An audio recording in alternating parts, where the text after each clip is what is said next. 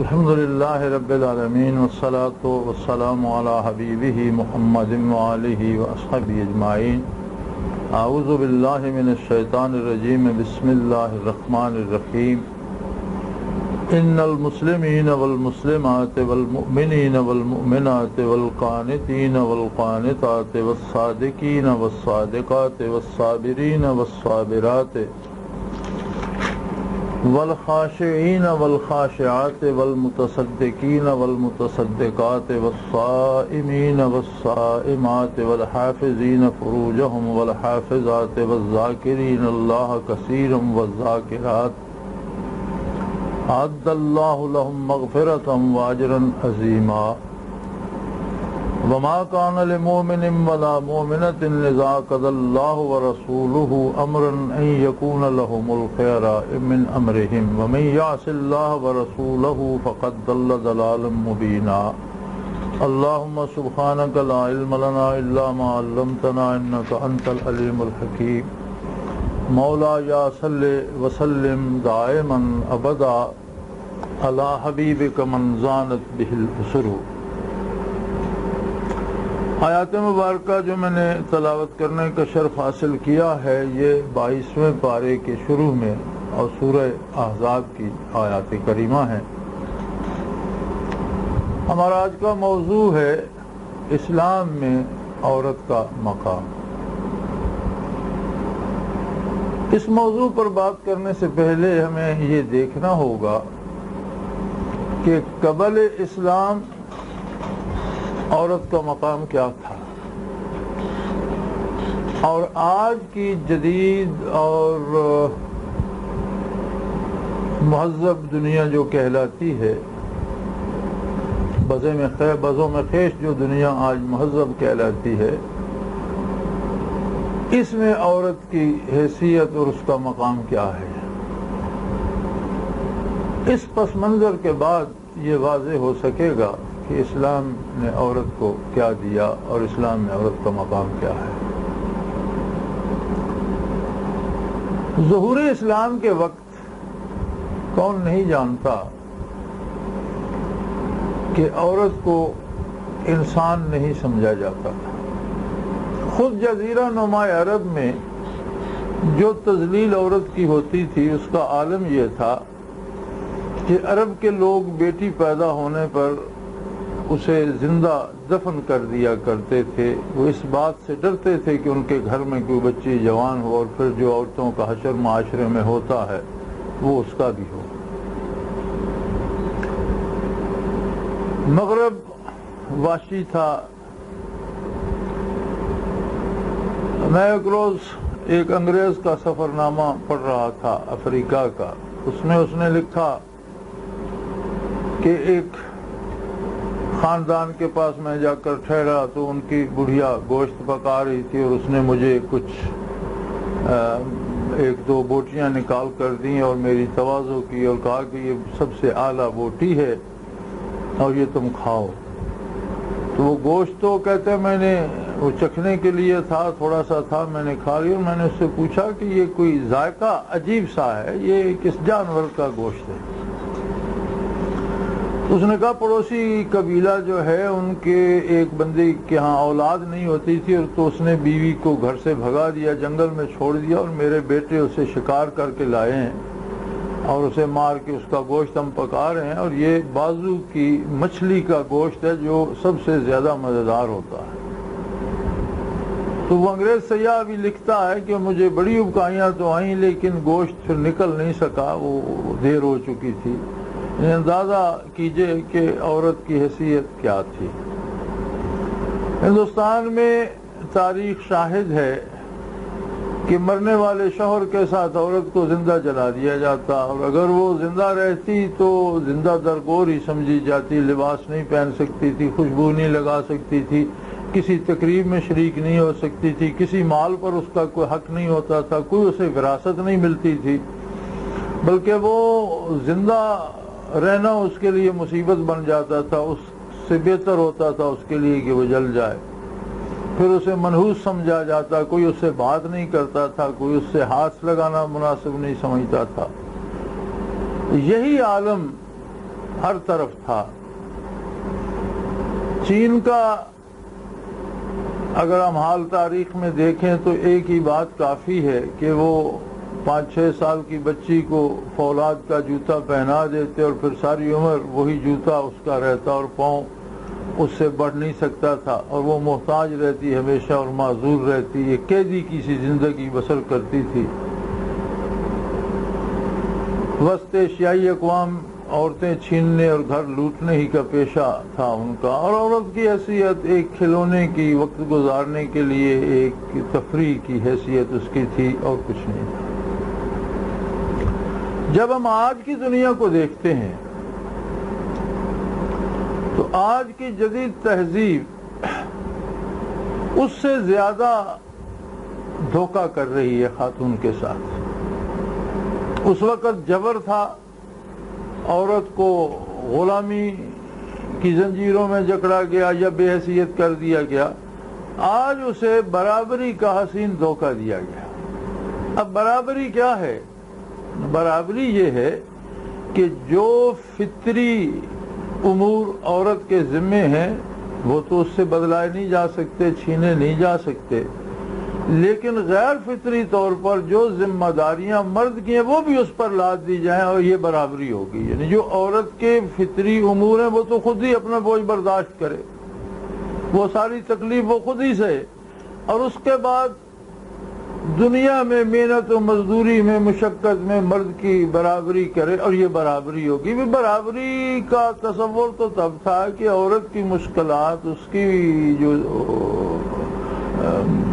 زندگی کے نشیب و فراز ہیں وہ مرد پر بھی تقسیم ہوتے، اور جو مرد کرتا ہے وہ عورت پر پھر تو برابر ہو جاتا۔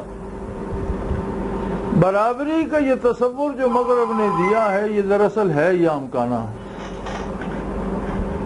اس کی کوئی حیثیت نہیں ہے۔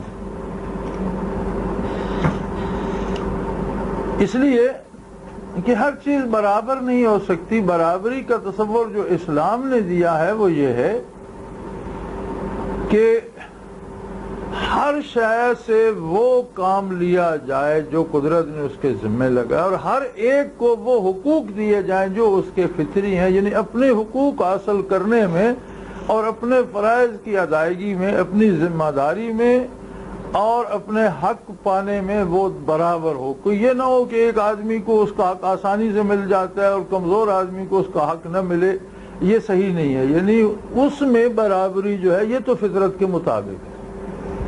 اب یہ کہا جائے کہ غیر فطری برابری کی جائے، مثلا ایک آدمی ان پڑھ ہے، ایک آدمی ڈاکٹر ہے، اب دونوں برابر ہیں، جس سے مرضی علاج کرا لو، یہ کیسے ممکن ہے؟ ایک آدمی نے الف نہیں پڑھا، ایک آدمی مفتی ہے، فاضل ہے، اب اس سے رائے لے لو یا اس سے لے لو، برابر ہے۔ یہ برابری نہیں ہے، یہ ایک دھوکہ ہے جو بنی نوع انسان کو دیا جا رہا ہے، اور اسی دھوکے کو سیاسیات میں لا کر حکومتیں بنتی ہیں، لوگ اقتدار میں آتے ہیں۔ ہوتا یہ ہے کہ ملک کے چیف جسٹس کا بھی ایک ووٹ ہے اور ایک جنگلی بدوی صحرائی ان پڑھ کا بھی ایک ووٹ ہے، رائے دینے میں دونوں برابر ہیں۔ یہی برابری کا تصور جو ہے یہ ایسا حسین دھوکہ ہے کہ سیاسیات میں بھی یہی استعمال ہو رہا ہے اور خواتین کو بھی اسی کے ذریعے گمراہ کیا جا رہا ہے۔ برابری یہ ہو گئی کہ اشتہار دینا ہو، ٹوتھ پیسٹ کا دینا ہو یا ماچس کی ڈبیا کا، تو عورت کو اشتہار کی زینت بنا دو، عورت کو دکان پہ سیل گر لگا دو کہ سیل زیادہ ہوگی، ہوائی کمپنیوں میں عورت کو ہوائی میزبان بنا دو۔ یہ برابری ہو گئی کہ مرد تو پائلٹ ہے اور عورت ہوائی میزبان ہے، یہ کون سی برابری ہے؟ مرد تو مالک ہے دکان کا، عورت سیل گرل ہے، یہ برابری ہو گئی۔ تو یہ ایک حسین دھوکہ ہے، یہ جدید تہذیب جو کر رہی ہے یہ اس کا شاخسانہ ہے۔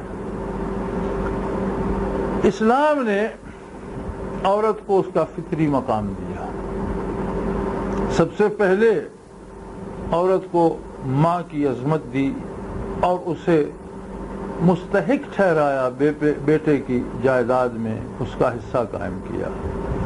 بیوی کو خاوند کی محبت، شفقت اور تحفظ دیا اور اصول بنا دیا کہ نکاح جو ہے یہ شہوت رانی کا ذریعہ نہیں ہے، محسنین غیر مسافقین، زندگی گزارنے کا ایک منصوبہ ہے، مل کر دنیا میں بسر کرنے کا، ایک خاندان کی داغ بیل ڈالنے کا ایک معاہدہ ہے، یہ شہوت رانی نہیں ہے۔ پھر خاوند کی ملکیت میں اسے حصے دار بنایا، نکاح کے وقت حق مہر کی قید رکھی۔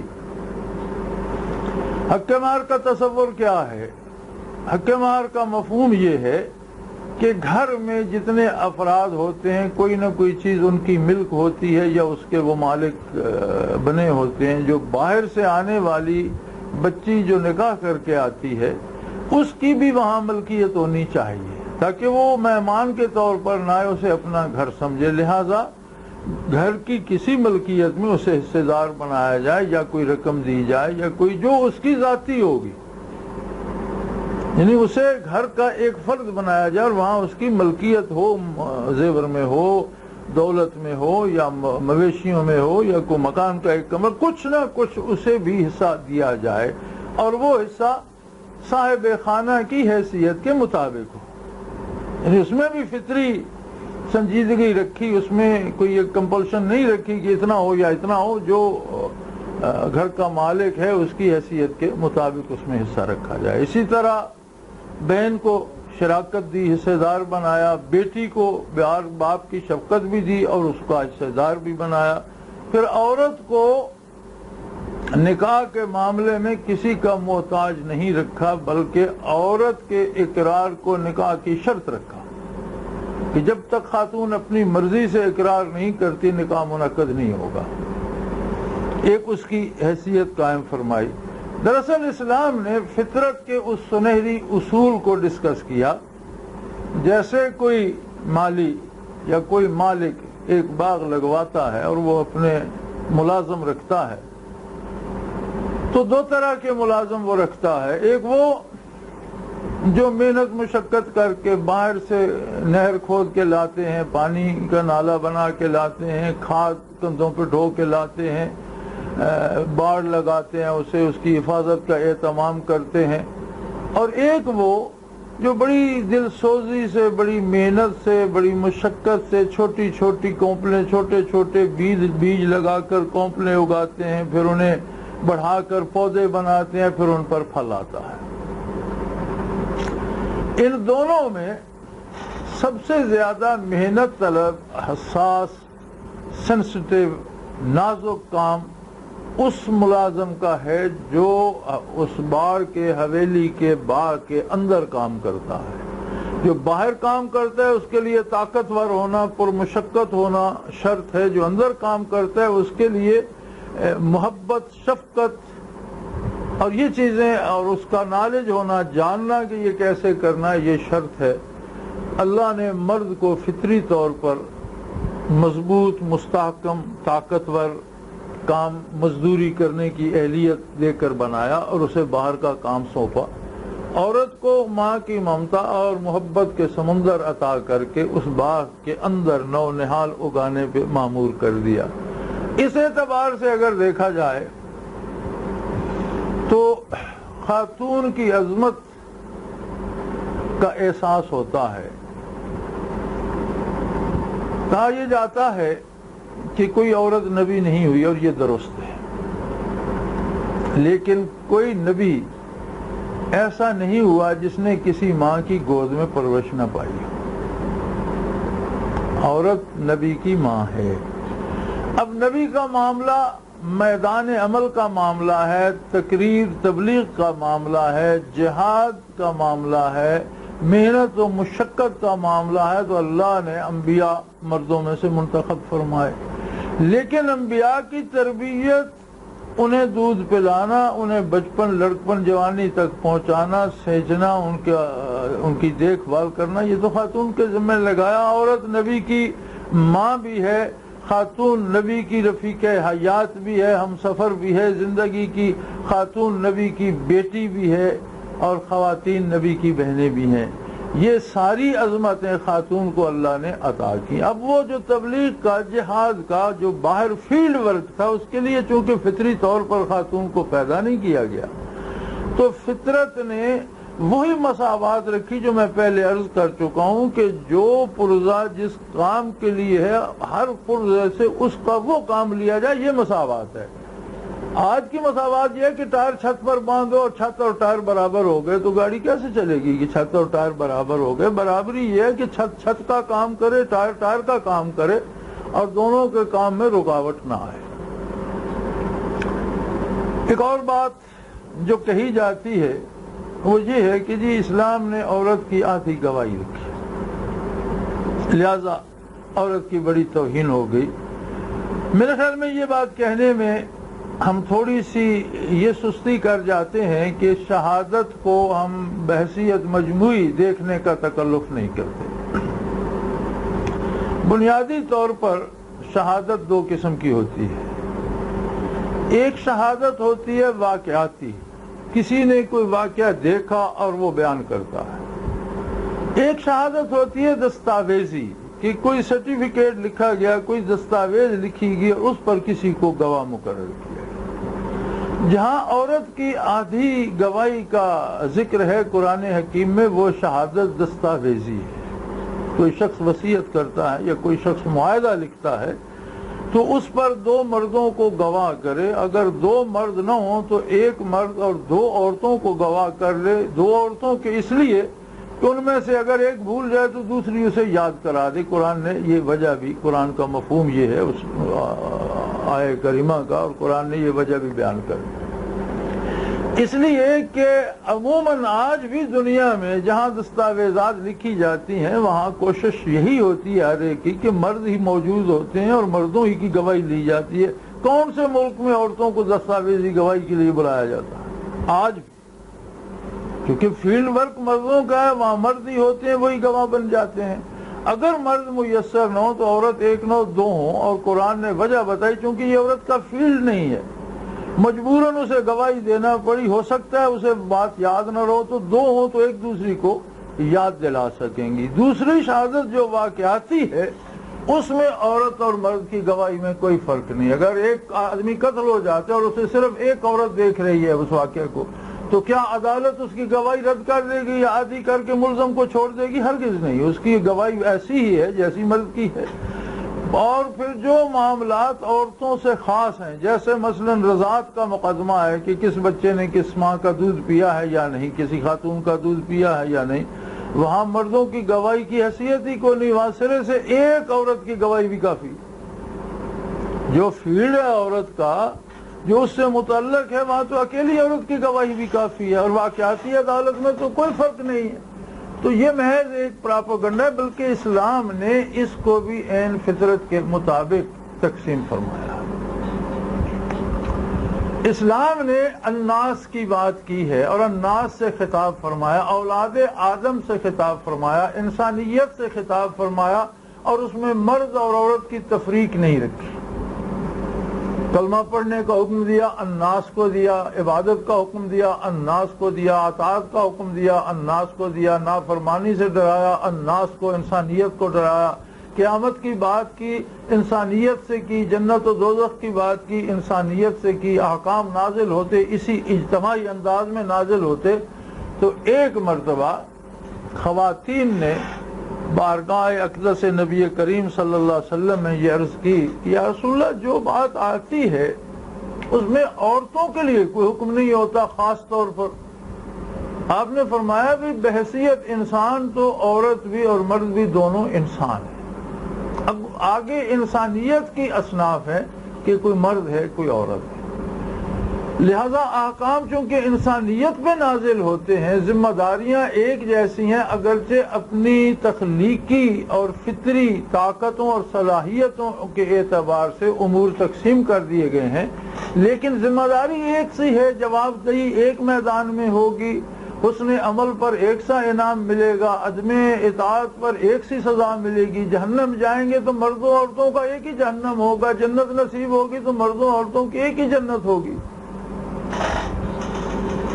اس کے باوجود ان کی اس گزارش پر یہ آیہ کریمہ جواب کے طور پر اللہ کریم نے ارشاد فرمائی، اور اس کے شان نزول خواتین کا بارگاہ اقدس میں یہی سوال ہے، اور ارشاد فرمایا ان المسلمین والمسلمات، بے شک مسلمان مرد اور مسلمان عورتیں، یعنی اسلام میں دونوں برابر ہیں۔ اسلام لانے میں مرد ہے یا عورت بحیثیت انسان اس کی مسلمانی کا تعین ہوگا۔ والمؤمنین والمؤمنات، اور اپنے اس اسلام کو یقین کامل تک اور ایمان کامل کے حد درجہ پہنچانے تک جو اطاعت اور فرما برداری، محنت اور مجاہدہ سے نصیب ہوتا ہے مرد اور عورت دونوں۔ والقانتین والقانتات، اللہ تعالیٰ کی اطاعت اور اس کی عبادت کرنے والے مرد، اس کی اطاعت اور اس کی عبادت کرنے والی عورتیں۔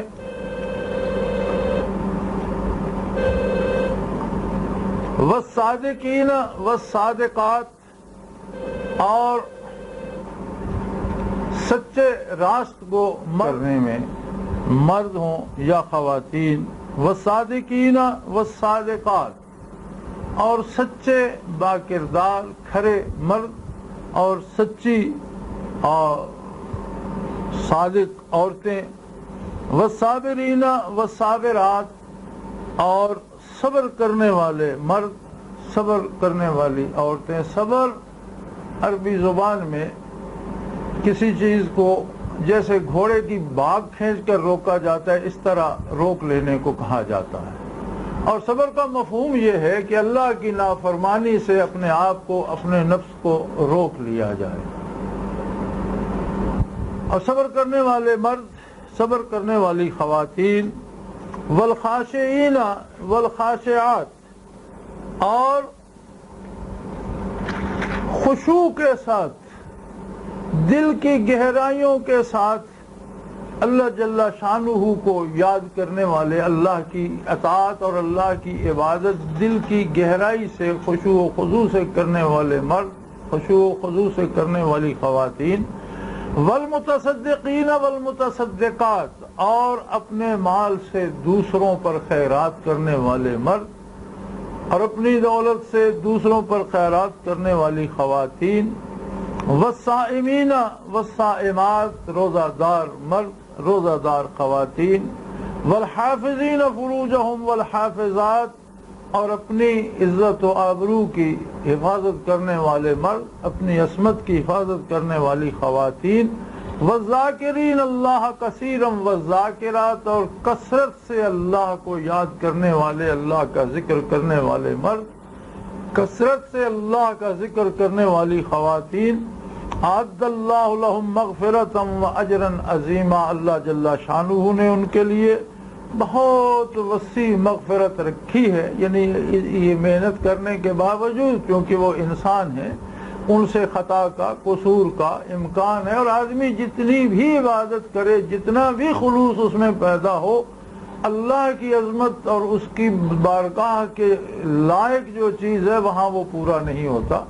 پھر جو کچھ وہ کرتا ہے وہ بھی تو اسی کی عطا ہے، تو اگر کوئی اس میں کمی، خامی، قصور رہ جائے تو اس کے لیے بخشش اور ان کے لیے اجر عظیم، بہت بڑا انعام ہے۔ یعنی ان سب امور میں مرد اور خاتون کو برابر برابر رکھا۔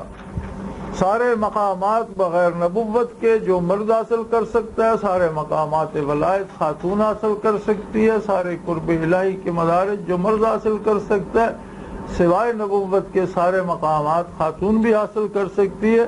اور پھر اس ترتیب سے یہ بھی حاصل ہوتا ہے کہ اگر اسلام آدمی یقین کے ساتھ لائے تو ایمان کامل نصیب ہوتا ہے۔ ایمان کامل کا ثمر ہوتا ہے اللہ کی عبادت کی توفیق ارزاں ہو جاتی ہے۔ اگر ایمان کامل ہو جائے تو توفیق عبادت ارزاں ہو جاتی ہے، اور توفیق عبادت کا ثمر یہ ہوتا ہے کہ مرد ہو یا خاتون وہ سچے ہو جاتے ہیں، صادق ہو جاتے ہیں، حق بات کرتے ہیں، حق گو ہو جاتے ہیں، حق کا ساتھ دیتے ہیں، اور جو سچ بولنے والے لوگ ہوتے ہیں اللہ انہیں صبر کی توفیق عطا کرتا ہے۔ وہ مرد ہو یا خاتون اسے صبر کی کی صفت عطا ہوتی ہے والخاشعین والخاشعات، اور خشوع نصیب ہوتا ہے صبر کرنے والے کو، جسے صبر نصیب ہو اسے خشوع نصیب ہو جاتا ہے، اور جسے یہ نعمت نصیب ہو اس کے دل سے دنیا کی محبت اور ہوس ختم ہو جاتی ہے، اور اپنے مال کو اللہ کی راہ میں خرچ کرتا ہے، دوسروں پر بھی خیرات کرتا ہے، دوسروں کو بھی اس میں شریک کرتا ہے۔ والصائمین والصائمات، پھر زندہ رہنے کے لیے خوراک لیتا ہے، کھانے پینے کے لیے زندگی وقف نہیں کرتا، پھر وہ روزہ رکھنا اسے محبوب ہو جاتا ہے، وہ روزہ دار ہو جاتا ہے۔ ایک طرح سے روزے کی کا جو ہے فلسفہ وہ یہ ہے کہ اللہ کی اطاعت میں کمال کو پہنچ جائے، حتیٰ کہ پانی بھی اللہ کی اجازت کے بغیر نہ پیے، جو حلال کما کر لایا ہے وہ بھی اللہ کی اجازت کے ساتھ کھائے، اس انداز سے کھائے۔ روزہ یہی ہے کہ کھانے پینے سے خود کو روک لے، جو مال اس کے پاس حلال ہے جائز ہے اپنا اس سے بھی رک جائے اللہ کی اجازت کے لیے۔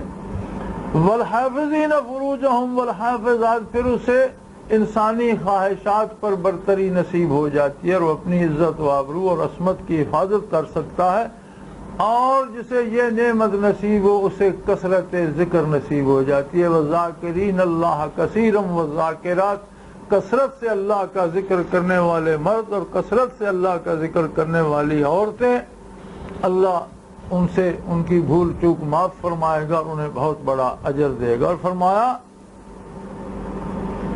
ما کان لمومن ولا مومنہ، اور کسی مومن مرد اور کسی مومن عورت کو یہ حق حاصل نہیں ہے، اذا قضى اللہ ورسولہ امرا، جب اللہ اور اس کا رسول کسی بات کا فیصلہ کر دیں، ان یکون لہم الخیرہ، اس میں انہیں کوئی ایک رخ اختیار کرنے کی اجازت نہیں ہے۔ وَمَن يَعْصِ اللَّهَ وَرَسُولَهُ فَقَدْ ضَلَّ ضَلَالًا مُبِينًا، جو بھی اللہ اور اس کے رسول کی نافرمانی کرے، مرد ہو یا عورت، وہ بہت دور کی گمراہی میں جا پڑا۔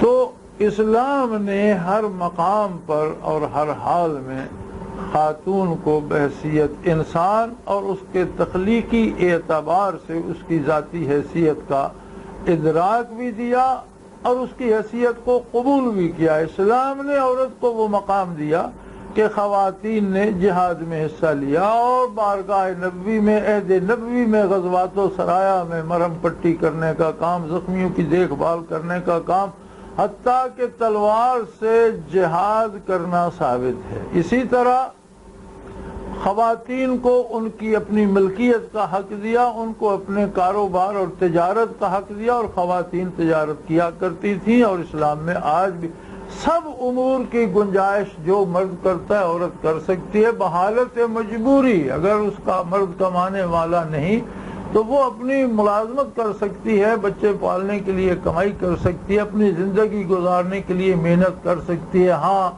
اسلام نے عورت کو مردوں کا کھلونا نہیں بنایا، اسلام نے مرد اور عورت کے مخلوط معاشرے کی اجازت نہیں دی۔ اسلام کا قاعدہ یہ ہے کہ خاتون خاتون رہے، مرد مرد رہے، اپنی اپنی حیثیت میں اپنی اپنی ذمہ داری ادا کریں، اور دونوں کو ذمہ داری ادا کرنے کا بھی پورا حق حاصل ہو، اور دونوں کی جواب دہی یا جواب طلبی بھی ایک جیسی ہوگی۔ وآخر دعوانا ان الحمدللہ رب العالمین۔ یار تسی ایک تو